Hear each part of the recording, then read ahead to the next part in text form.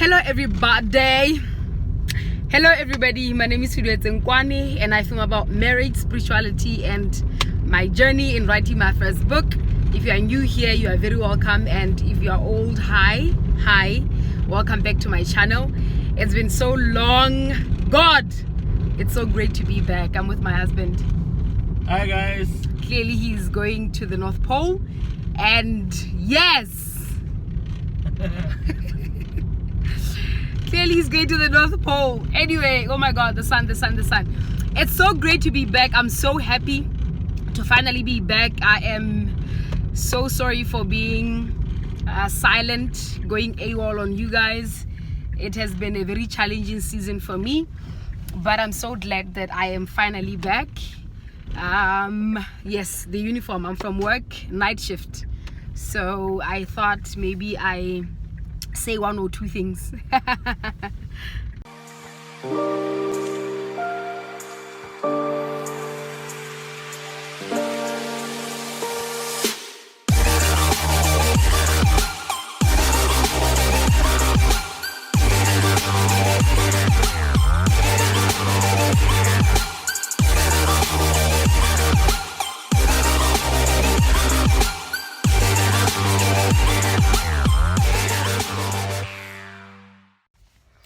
So I had an ovarian cyst, a size around 8 centimeters. My left ovary had that cyst, 8 centimeter cyst. It was big. It was supposed to just be, operated so that I can resume to my normal life. And God, by his power, I don't even know how he did it. I think I would love to have a conversation with him and ask him, so how did you do it? Because I was so in awe and I was so impressed and I was so humbled, about, what happened. And I give a testimony about it in my church Facebook page. I'm going to put the link. I want you to go see the power of God and what he did for me. I was due for operation. I had to go operate the cyst, and somehow miraculously it just disappeared. I was supposed to be admitted Monday.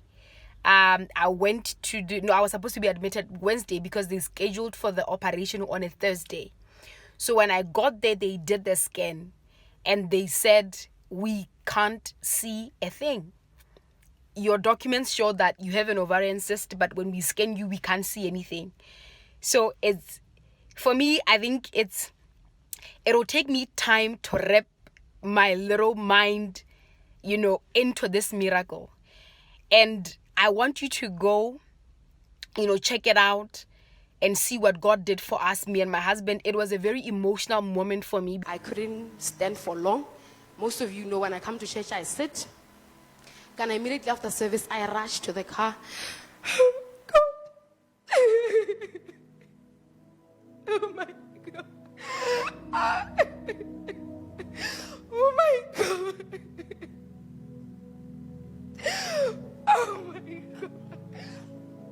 Oh, baby.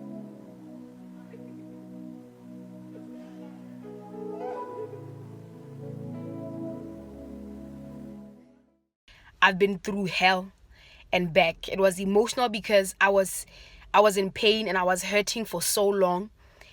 And it was even more painful because people say, you should pray more, you should fast. And we were doing that with my husband. We were praying, we were fasting, and nothing was working. If anything, the pain was growing worse. And it was, everybody was suggesting this, buy spice, no, buy that, no, rather, there is a man I know. No, there were so many suggestions. And it was just a very draining moment for me. And to be able to be in a place, for me to be here and telling you that I'm from work, is a miracle for me. And I thank God and I bless his name for that.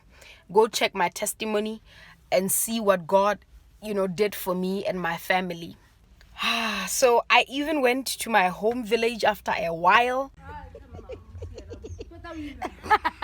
Oh my God.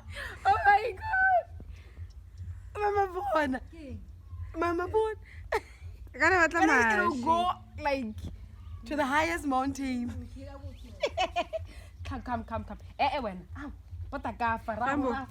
Rauno Sanayang, Arapotaka. Potaka, I get and then I bowl labor. Good. Hey! It was amazing. Tahela, in short, it's just amazing to have my life back and to be able to do things that I love to do, to be able to go see family, to be able to, because at first I couldn't be in the car for long.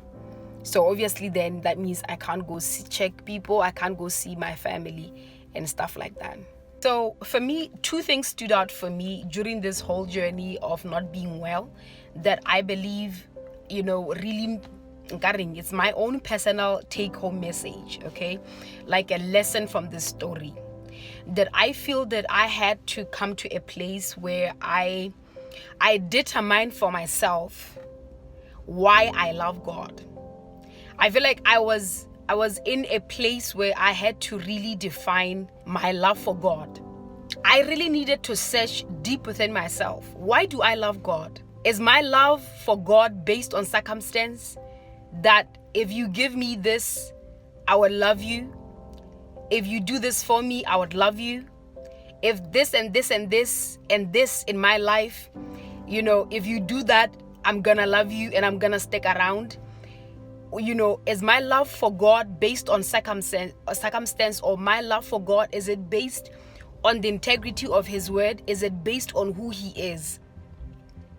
And I had to come to a place where I pray. Fine, I prayed for healing. But what happens if God doesn't heal me? Because I was in pain for so long, for extended periods, that, I would pray, but I would still be in pain. And I think that throughout the entire process, I had to learn to love God even when I'm in pain. I had to learn to love a God that had potential, not even potential, ability. I had to learn to love God, the God who has ability to heal, but did not heal me at that moment. I had to learn to love God, even in that situation, and still tell Him that I love Him, and still tell Him that I will live for Him, and still tell Him that, because to be honest, my love for God was not diluted by the fact that I was in pain. My love for Him was not diluted by the fact that, potential going through an operation and all the anxiety and all the fear. I just loved Him, and I felt that He did so much for me that I didn't know how to be mad because things were not going my way. So I feel like this small season of my life, made me to determine what qualifies my love for God. Am I crazy about Him because of what He can do for me, or I'm crazy about Him for Him? I know that it was a very bad season for me, but it was also a very powerful season for me. So that's the first thing for me, Hori. I had to really determine, Hori, when I say I love God, what do I mean? When I say I want to live for God, what do I mean? My relationship on God, what structures that relationship? What is the backbone of that relationship? Is it for the things that God can do for me? Or is it, and I realized that highly likely that I am in love for God for who He is, not for the things that I get from Him. I think it's possible that I am really solid and in love with this God because of who He is, not necessarily what I can get and what He can give me. And He healed me when I least expected Him to do it. I was shocked, like, oh, so you decided to heal me. You decided to just take away the cyst, and you decided to heal me. I was shocked. I was shocked, like, wow, okay. You get it. Another thing that I was also constantly thanking God for, the fact that I knew that it could have been worse. I knew that, look, it could have been worse. I could have been diagnosed with something totally different and probably something even more worse, and I thank God that I realized that it could have been worse. And I thanked Him because it wasn't worse. we should understand this concept that many are the afflictions of the righteous, that when we go through challenging, situations, it shouldn't be, probably God doesn't love me, or it shouldn't be, any negativity towards that. I think it should be, okay, many are the afflictions of the righteous, but the confidence that we have is that the Lord delivers, them from it all. That should be the confidence, to say there are many, but the Lord delivers us from those many afflictions.